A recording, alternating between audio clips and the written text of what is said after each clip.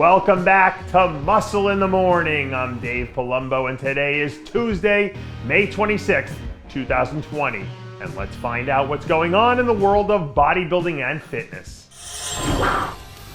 When I was a runner back in college, it always fascinated me to see how different runners could all bring their own strategy into a race. But if I would have had the genetics of a guy like Robert Timms, my strategy would have been simple. Come out of the blocks fast and don't look back. Robert's coming into the start of his contest season full steam ahead after taking off last year, which means that he's probably coming in with as much gas in the tank as anyone. Before he added all this new muscle, he was already a top 10 Olympian. So now that he's taken his game up another level, it'll be interesting to see how all this plays out on stage.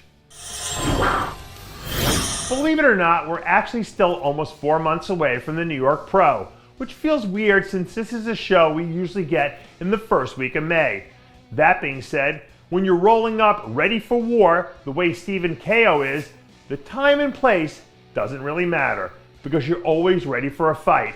Late last week, a source told me that Stephen was targeting the New York Pro as the second stop on his 2020 tour, where he'll be looking to build on the momentum he established with his top 10 finish at the Arnold. This guy is really talented and probably a little underrated too. So if people start to sleep on him, they might be in for a rude awakening. There are a lot of stupid nicknames in bodybuilding, especially anything that includes the word big. But there are also some pretty cool nicknames too, like the Swiss pocket knife, which is allegedly what people are calling Nicolas Vullioud these days. Even though Nick and his team haven't officially entered the prep phase of their season, I'm told that the plan so far has been for him to keep his weight down and focus on quality over quantity, which has the dual benefit of helping him stay healthy and giving his body a more aesthetic look. From what I understand, Nick is a good 20 pounds lighter than he's been in the past, and I think that's made a huge difference in transformation. So as long as he keeps sticking to the game plan, he's someone we might be able to see do some serious damage down the stretch. One of the coolest things about living in Florida is the animal life. We have so many cool animals down here, and there are so many things you can do in nature that it almost blows your mind if you move here from a concrete wasteland like New York City.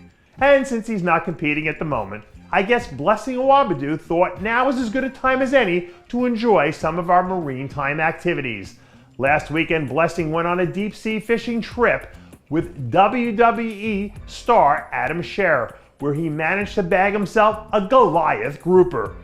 And even for a guy the size of Blessing, reeling in a Goliath had to be a monumental task because those things are insanely powerful. So if he comes into his pro debut insanely shredded with arms, legs, and back, and some next level conditioning, at least we know that he'll have a cool story to tell about how the new form of high intensity cardio worked out for him.